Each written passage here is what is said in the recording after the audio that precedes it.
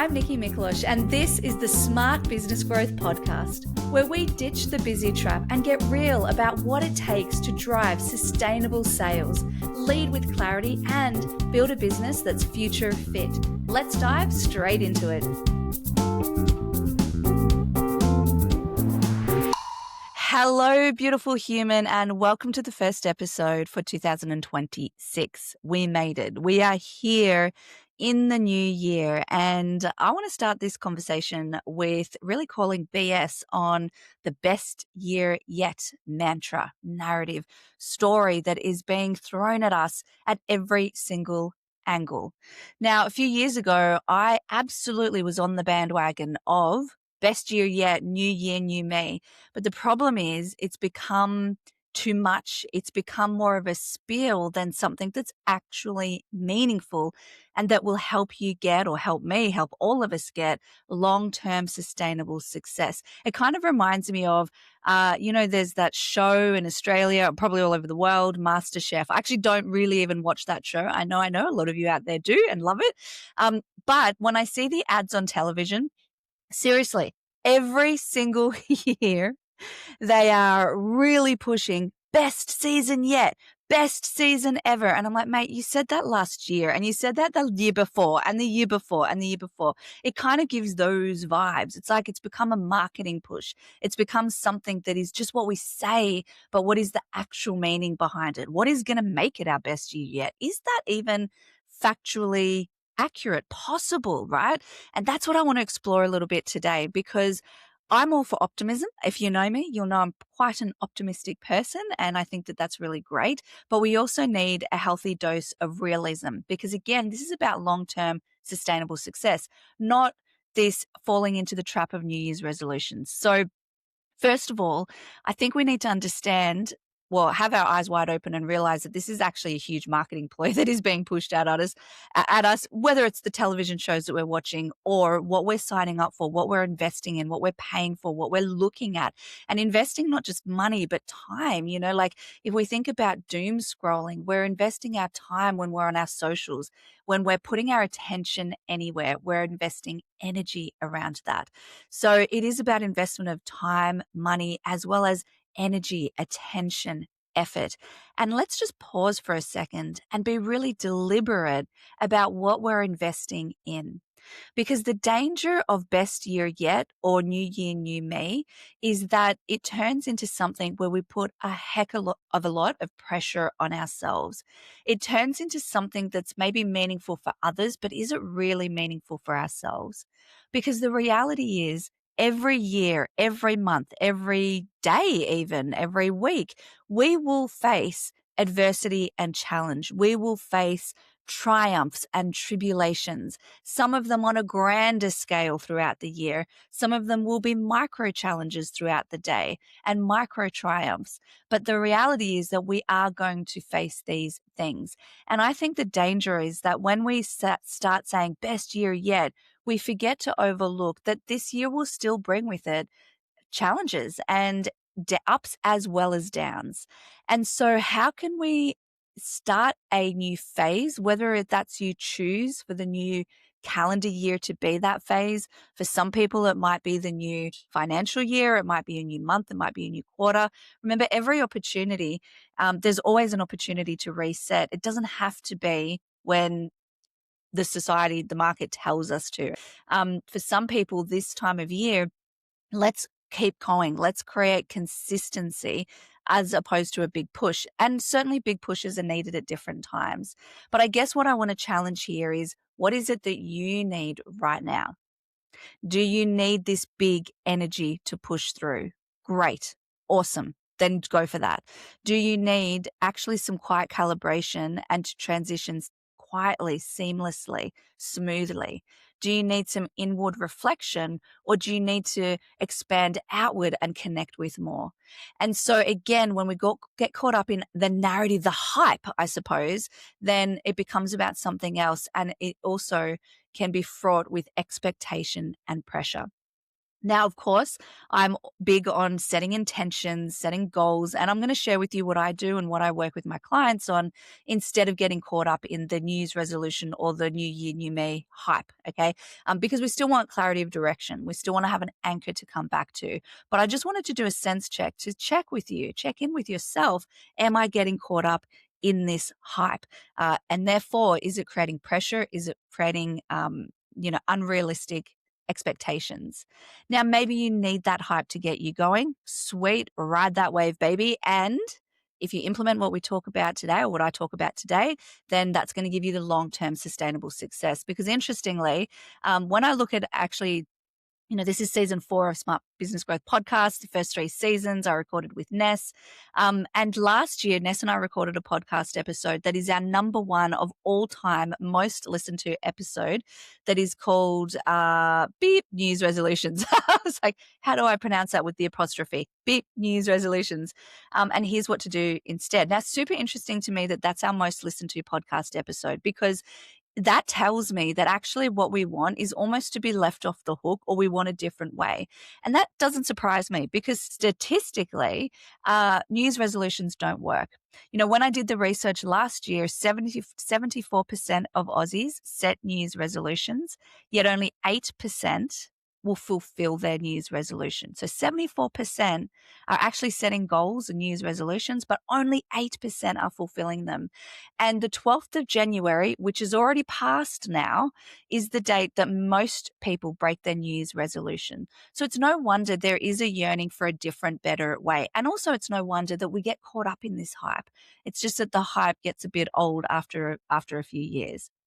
So what do we want to do instead? Because it's not that we don't want to focus on anything, but I think first thing is check in, what do I need? Like I said, is it big energy? Is it momentum? Or is it the quiet, small steps? Now, when we think about motivators, there's 2 types of motivators that we as human beings have. One is we're moving towards pleasure, and that tends to be more of a quiet, solid, small step-by-step motivator. The other is to move away from pain. Now, moving away from pain is like a rocket up your butt. It is, the pain is so bad now, I need to, boom, do something. Let's get out there and get it done. That can be amazing for bursts of energy, but it's not sustainable for the long term. So that's often what happens when we get caught up in this hype at this time of year. It's because, maybe we've eaten too much, we've drunk too much, we've not been exercising as much. We're like, I feel gross. I need to set some health goals, which are the number 1 types of goals that are set, or New Year's resolutions that are set.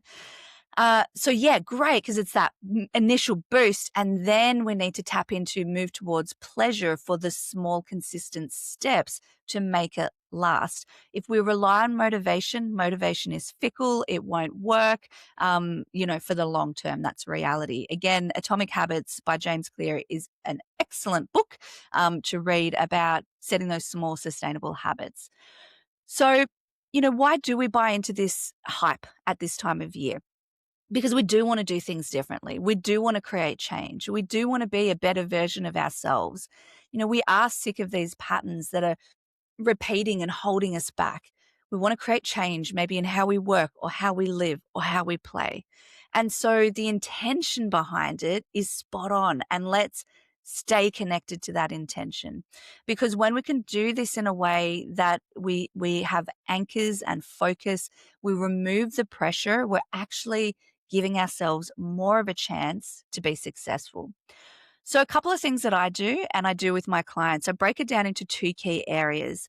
The first one I call vision planning. Actually, I've got a workbook on this. For those of you that are watching, I'm happy to do a version. If anyone wants a version, I'm happy to flick it through to you. Just send me a DM or email or text, whatever you want. You got my contact details. So vision planning. The first part around this is reconnect with, reevaluate. You might need to redo your vision, your mission, and your purpose, and your values. So vision, mission, purpose from a business point of view, and then your values from a business point of view and from a personal point of view. And I also encourage you to think about, what's my vision, what's my purpose personally. So you want to do them both, business and personal. Now, I recorded a podcast episode. It was actually the first one of this season, which is called What Smart Growth Really Means and Why Now is the Time to Course Correct. That's a long title, but I'm going to pop the link in here for you to check out because I talk a bit more about the importance of your business, your career is a vehicle for you to create and to meet your purpose and vision in life. So if you want to go deeper, if you're like, oh, I haven't done that for a while, then I'll share that podcast with you. Now, if you've got your vision, mission, purpose, and values already locked and loaded for the business, amazing, check in with it because it can change. This year for me, I did a lot of rework around that.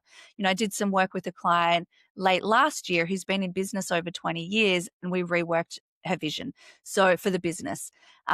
Just because you have it in place doesn't mean you don't do a check-in because we're constantly evolving and changing. And for some of you, it might be a slight tweak. It might just be the confidence that it's the right thing, or you might throw it out and start again. So for me this year, I completely revamped my values because as you know, the business has changed so much over the last 4 years. So now I'm really anchored to my vision of, creating or being in a world where results and happy humans go hand in hand. My values, I've simplified it to 3. It's about commercial impact to get results for clients. It's about intentional energy so that there's optimal results through healthy, happy humans within the business. And it's about smart growth. So, it's not about short-term transactional success. It's about how do we build businesses for the long term. So I'm really clear now on my 3 core values around impact, commercial impact, around smart growth and energy, intentional energy. I could go into more detail about the mission, the purpose, but I'll leave it there. I think you get the picture. Now, the other thing I do within vision planning, there's a whole bunch of other stuff, but I'm just pulling out the key non-negotiables, is really look at what is your word for the year. Now, some of you might think, oh, that's a bit woo-woo, a bit fluffy. I'm telling you right now, be careful what you choose for your word because if you really have your word as a anchor in your ear, in your ear, in your ear and in your year, then it will absolutely help you stay on the right path. And I talk a lot about clarity of direction. We need clarity of direction to embrace beautiful chaos instead of destructive chaos. Destructive chaos is what leads to overwhelm, exhaustion, negative stress, which leads to burnout or addiction to work. Whereas beautiful chaos, we are going to have chaotic times. That's the reality in our careers and in our businesses. But when we have that clarity of direction, we can embrace the chaos in a very different way. And so this vision planning, values, vision, mission, purpose for business, for work, for personal, as well as your word of the year, they are what help you, along with some other pieces, really have that clarity of direction. So I love having a theme or a word for the year. It's a practice I've done for I don't even know how many years. And I do this with my clients as well. So again, you might think it's a bit fluffy woo-woo if you haven't done it before, but it's really impactful. My word for this year is awe, AWE. And it's a bit of a double meaning because first of all, it is all about awe, living in a state of awe. But it's also about abundance with ease. So it's an acronym. I was very pleased when this came to me in my journaling. I was like, oh my goodness, because I started with abundance. That was my word for the year. Last year it was evolution, and boy, did I go on an evolution in business, personally. And this year it's about abundance, but I want to have abundance with ease, with grace, with calm. And I'm slightly obsessed with finding ways to be in awe in this amazing one precious life that we have. And so, yes, I was very excited when that came to me with the double meaning. So you can have fun with it. Your word can be anything you want it to be as long as it's meaningful for you. A quick interruption to this podcast episode. I'm really curious. Do you want to close more sales in less time? If the answer is yes, which I hope that it is, then you need to get your hands on the Growth Code. It is going to give you 3 proven frameworks and tools that will help future-proof your business and scale with clarity. All you have to do is head down to the show notes and click the link below. Now, I just want to read from you. Arianna Huffington is an incredible businesswoman, founder of Huffington Post. She's written amazing books. You've probably heard me talk about her before. She has an incredible monthly, I think, newsletter that she shares on LinkedIn and email. And it's amazing. You put the word out there and then you'll have different bits of information and reminders come to you from all different angles. And she said in her recent newsletter, our capacity for wonder and awe is what helps us keep perspective, feel gratitude, and connect with something larger than ourselves.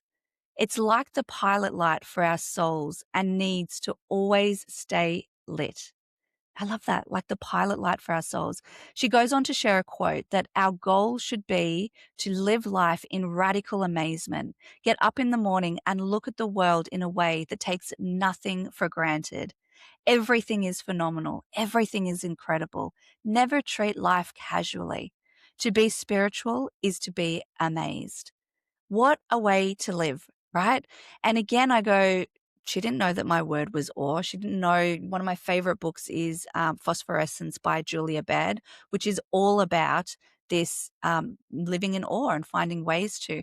And so when you get clear on your anchor, your word for the year, it's like the world around you will start to support that. Now, from a neurological point of view, a psychology point of view, we have a reticular activation system in our brain, a RAS. And that RAS is like a honing beacon. Again, this is why if somebody you know is pregnant, all of a sudden you see pregnant people or women everywhere.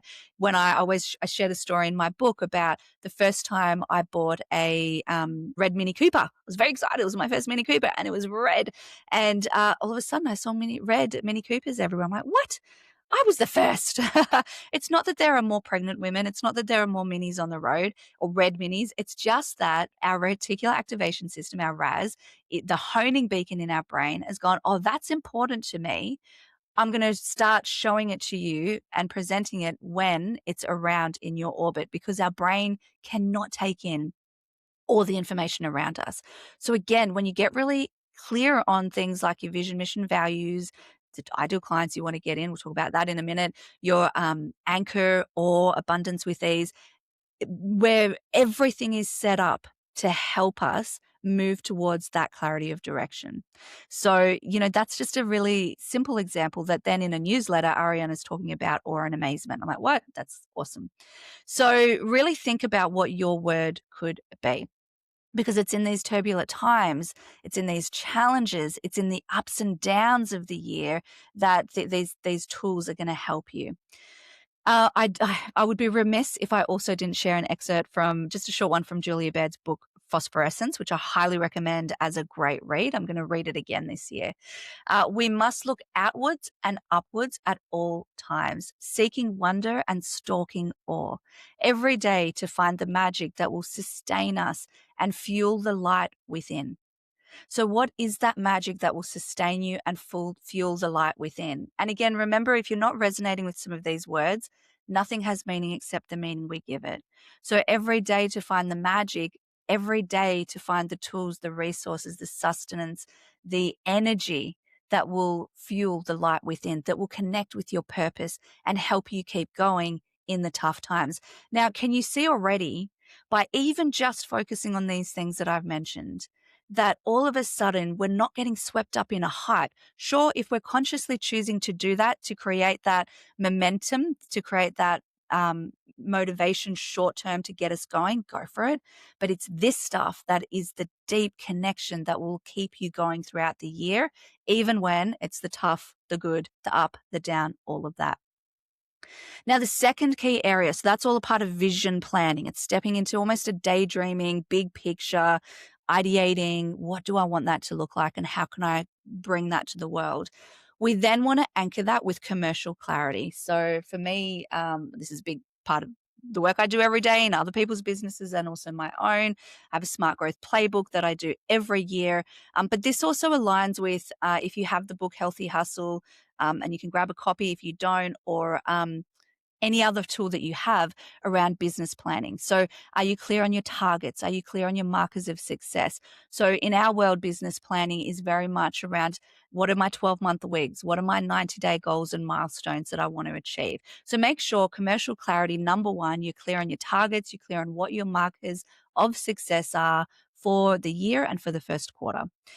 Also, part two of that, do you have a sales strategy in place? Are you actually aware of what is the culture, sales culture in the business? Do you have operating rhythms around sales specifically? If you're looking at growth and maintaining existing new clients, that kind of thing. Are you clear on what activity is expected of anybody that's responsible for sales within the business? Are you clear on lead nurture strategies? So for hot, warm, cold. Now, I've got some resources in the growth code, which we've got some information in this podcast episode that you can actually download to help you with your sales strategy, just some of the key starting points. And then you want to make sure that there's some goals that are set out. Okay, so you've got your targets, you've got your markers of success, you've got your sales strategy in place, and bonus points within our POP or our plan on a page process. We always look at what are personal goals as well as business goals. Now, I realized this year that my personal goals last year actually got really blended with business. I'm like, Nikki, you talk about this all the time. How did this happen? And it just goes to show that it can happen even to the people, I'm talking about this daily, and it's still the lines got blurred. So this is my reminder to you to make sure you check in. I now have really clear separate personal goals and really clear separate business goals. Now, if any of this has struck a chord with you and you're not sure where to start, whether it's your vision, mission, purpose, your values as a team, for leaders in the group, whether it's for yourself as an individual, or the sales strategy, the commercial clarity side of things, I actually do run VIP days for business owners or leadership teams where we really nut this stuff out just in a half day or a full day. So if that's something you just want some more information on, shoot me a quick text or email, details in the show note, and I'll give you some info. But even if you don't do it with me, make sure you do it is the big message I want to get across here. So forget best year yet, please. Let's call BS on it. Let's not get swept up in the hype. What if instead the norm became we back ourselves, we back our team, not to be perfect, but to be present enough to identify what do we need in this moment. There is a level of exhaustion or fatigue that I'm seeing in the conversations that I'm having that it always has to be such big energy, and it just really, really doesn't. Sometimes that's what we need. Sometimes it's not. So instead of having to tick a box or getting caught up in that hype, really want you to check in with yourself. How do I need to approach this as we enter the new year? And you've got your checklist of places to get started with vision planning, commercial clarity. If you end up doing a word for the year, reach out and let me know. I always love hearing what people's words are for the year as that anchor. Have some fun with it. Take it lightly, because then you will actually get better, more long-term results. So you don't need hype, you need clarity, and you absolutely have got this. I'll see you next week.